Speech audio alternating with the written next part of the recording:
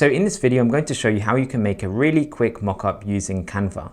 So all you need to do is go to canva.com and then get a picture of the website or whatever it is that you want to put into the mockup. So in this case, I'm going to use this image right here. What I'm going to do is I'm going to select the whole screen and print screen everything. And then now that that's copied, I'm going to paste that in here. So once you've pasted it in Canva, you can paste or upload any screenshot of any website that you like. Just click on the image, go to Effects, and then where it says Smart Mockups, on here, click on where it says See All.